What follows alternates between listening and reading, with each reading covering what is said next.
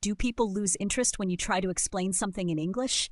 Want to tell stories that captivate, impress, and connect instantly?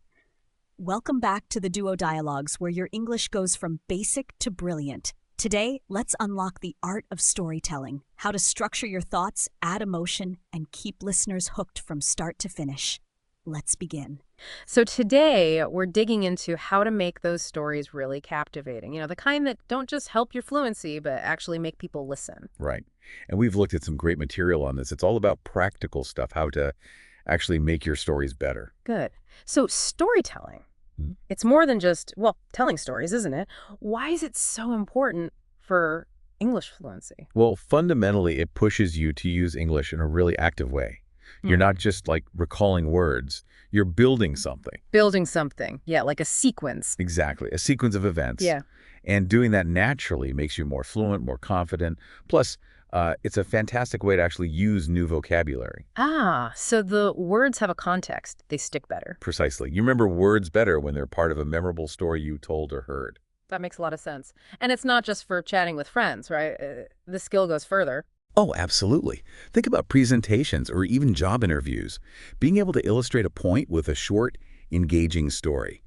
That makes your message way more powerful. It makes it memorable, connects with people. Definitely. It turns, dry information into something people actually relate to. Okay, so let's get practical. The structure. How do you build a story that, works? Right. The sources we looked at point to a pretty clear basic structure. Think of it like hitting key points on a map. First up, the setting. Where and when? Yeah. Don't just say, I was in a cafe. Try something like, imagine this tiny, dimly lit cafe in Prague, late one winter afternoon. Sets the scene right. Yeah, instantly. Okay, setting first. Then what? Characters. Yeah. Who's in the story? So for our Prague cafe, I was meeting this old friend, Anna, who's like the most eccentric musician I know. Okay, adds personality. I can picture Anna. Setting, characters. Now the action. Now the problem, or, the main event, the thing that happens. Suddenly, this huge Great Dane pulls its owner inside, spots Anna's pastry, and just lunges for it. Whoa. Okay, unexpected dog. That's definitely a problem. So how does poor Anna's pastry get saved? Or does it? That's the solution part.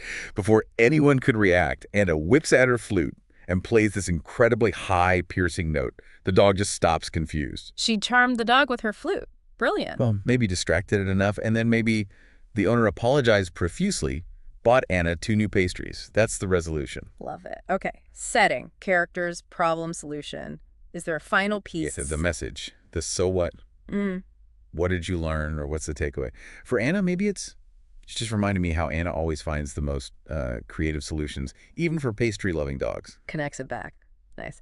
So that's the skeleton. How do we give it, life? Emotion? Great question. That's all in the delivery. Voice modulation is huge. Think about your tone, your pace. Like how you'd say suddenly when the dog appeared. Exactly. Try saying suddenly, like you're actually surprised. Suddenly. See? Your pitch changes. It has energy. Even if people can't see you, they hear that emotion. Pauses work wonders too. Pauses, leave a little gap. Yeah. Just before the big moment.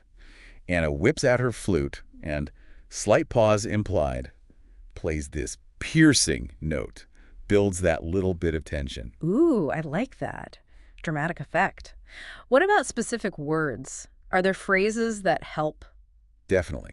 Transitions are key. Things like, the next thing I knew, or out of the blue, or even a simple, and then. Keeps the story moving. Right. And phrases to pull people in like, can you imagine, or you won't believe this, but makes the listener feel involved.